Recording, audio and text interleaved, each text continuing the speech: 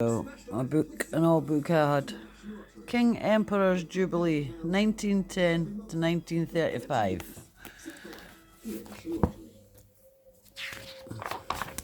Some stamps. Died January 1936, proclaimed King Edward. February 1936, abdicated November 1936. Excel, Duke of Windsor. That stamp's missing. So, King Emperor, Emperor's Jubilee, 1910 to 1935, by F.G.H. Salisbury. The extracts from Queen Victoria's journal and her correspondence are quoted by permissions from the Letter of Queen Victoria, published by John Murray.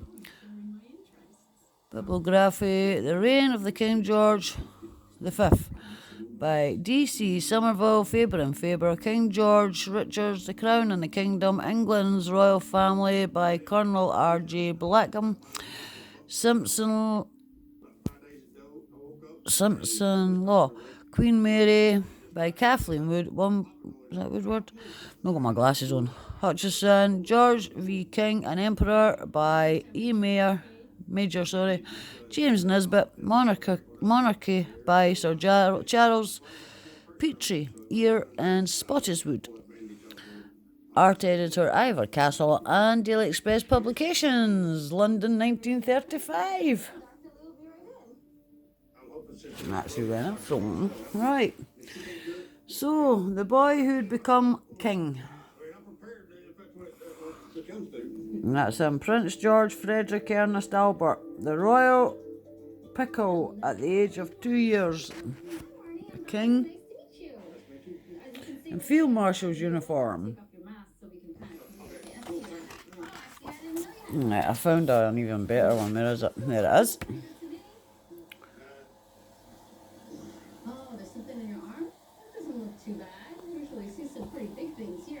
So, Queen Victoria with her daughter-in-law and grandchildren. Prince Albert Victor, later Duke of Clarence, whose tragic death in 1892 brought his younger brother into direct succession to the throne, is on the left, with his hand resting on the lap of his mother, Alexandra, Princess of Wales. The Princess of Wales' left arm is round the waist of Prince George. Sitting on Queen Victoria's lap is the future Princess Royal, Duchess of Fife.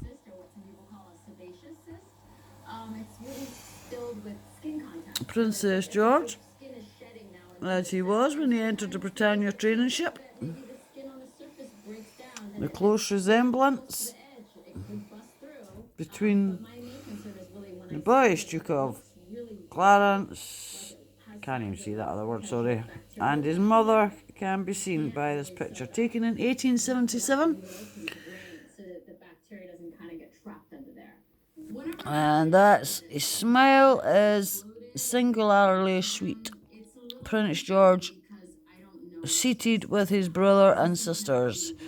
Princess Louise, Princess Royal, is on the left. Princess Maud, the Queen of Norway, is next to her, holding her hat with her right hand.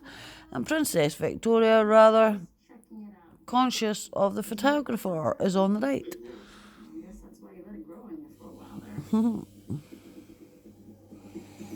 Look at that, Princess Victoria then.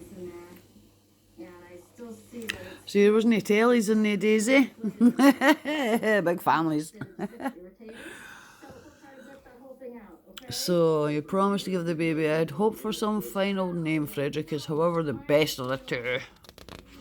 And I hope you will call him so. George only came over with the Hanoverian family. However, if the dear child grows up good and wise, I shall not mind what his name is. Of course, you will add Albert at the end, like your brothers.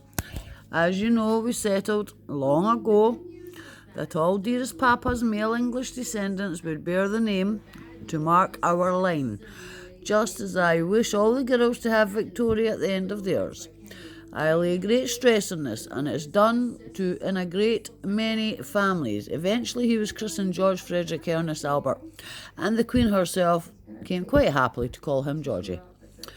His royal grandmother's opinion. The Queen's first impression of her new grandson was that he is very small, and not very pretty, but bigger than Albert. Victor, who is a dear little fellow, was at that age. As time passed, it became evident that he shared at least one quality with his august grandmother. He knew his own mind and showed that he did. Oh, well, we nappy wee bugger then. So, King George, a midshipman, 1880. Oh, there's some map. Hey, what's that map about? I can't actually see it. I need to take the video and blow it up. Bermuda, the West Indies, Portsmouth, Madeira, Africa, colonies, Singapore, Hong Kong, New Zealand, Tasmania, Brisbane, Sydney, Albania, Singapore, Madagascar, where that line is, Cape Town, Thailand, Southern World, Bermuda, what's that? I can't see that, sorry. Hopefully you can. So, the cruises of the Bajante. In 1879, Prince Albert Victor Eddy and the King George was cast to see the world. Their first voyage took them to the West Indies.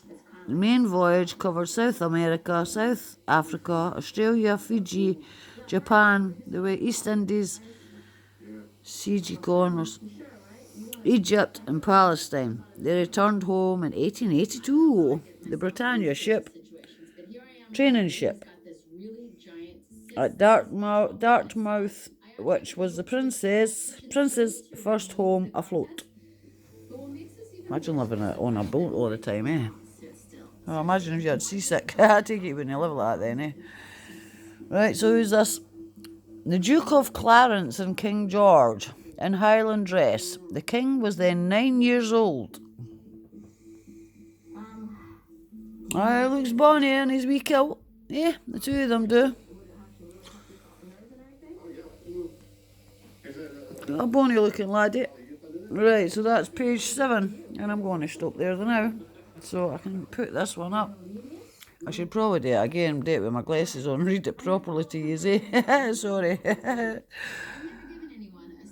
So, this is who? King George's Jubilee, Golden Jubilee. No, Emperor's Jubilee, 1910 to 1935. Wonder why the bits are highlighted. There's bits highlighted in it. Albert, right. Call Albert long mail that our line. Is there another part to that letter? Oh, aye. See, but the bits aren't highlighted. Responsibilities at an early age. 10 years after Eddie, the Duke of Clarence, was dead, and a great responsibility descended on his grief-stricken younger brother. The first news of Prince George, apart from his official announcements, appears in a letter written by Queen Victoria to the King of the Belgians on June 8, 1865. Alex is recovering extremely well, and the child is said to be much larger than little Albert Victor, and nice and plump. Bertie seems very much pleased with this second son. Bertie and Alex were the Prince and Princess of Wales afterwards. Edward V. I don't know what that is. And Queen Alexander, Albert Victor and Duke of Clarence. On June 13, Queen Victoria wrote to the Prince of Wales concerning the baby's names. My dear Bertie, I fear I cannot admire the names. You propose to give the baby, I'd hope for some fine old name. Frederick is, however, the best of the two, and I hope you can call him too. George only came over from the Hanoverian Hanoverian family. However, if the dear child grows up good and wise, I will not mind what his name is. Of course you will add Albert at the end, like your brothers. As you know, we settled long ago, and that all dearest Papa's male English descendants should bear that name to mark our line, just as I wish all the girls to have Victoria. The end of theirs. I lay great stress on that, and it's done in great many families. Eventually he was christened George with our Frederick Howard, and the Queen herself came happily call him Georgie. I think I read that to you, that part. The Queen's first impression of her new grandson was he's very small. I have read that to you, right? I was got to stop on page 7. And there's nothing highlighted there. His fancy had taken to be under nurse, who bathed him occasionally, that he decided to be bathed by no one else. He announced his decision with howls. They were such convincing howls that his decision was parentally confirmed. Another story of his early childhood exemplified him as the supreme pickle. His conduct in the presence of Queen Victoria was once so exuberant that she told him to go under the luncheon table until he was good. There followed a most decorous silence for some 10 minutes, and was then asked if he had repented. He said cheerfully that he had very well, and said, "The Queen, you may come out." The last thing she could have expected to see appeared a tiny pink figure gurgling with laughter, crawling over the carpet. Prince George was as naked as a cupid, with decorous silence had been devoted to taking off his clothes as a pleasant surprise for his elders, and natural disposition on all occasions. A photograph of his brother, his sisters, and himself taken about 1873 shows him as the most natural of the group. The others have retained some of their stiffness in which they were posed. Prince George is sitting at the ease and looks straight into the camera. His smile is singularly sweet, just that smile with which a million angelic children habitually well meditation on an especially fiendish prank. He was attracted early to a sailor's career. The late Sir Richard Holmes says, "I was royal librarian when King George was a boy, and gave him books to read. He preferred those which treated of naval subjects. Then, and with what echoes of one's own childhood, he liked to paint the engravings, even those in editions deluxe, giving him the coverings of a horse in green tint and painting a cow red and an elephant yellow." Interesting, eh? So that's the first 7 pages.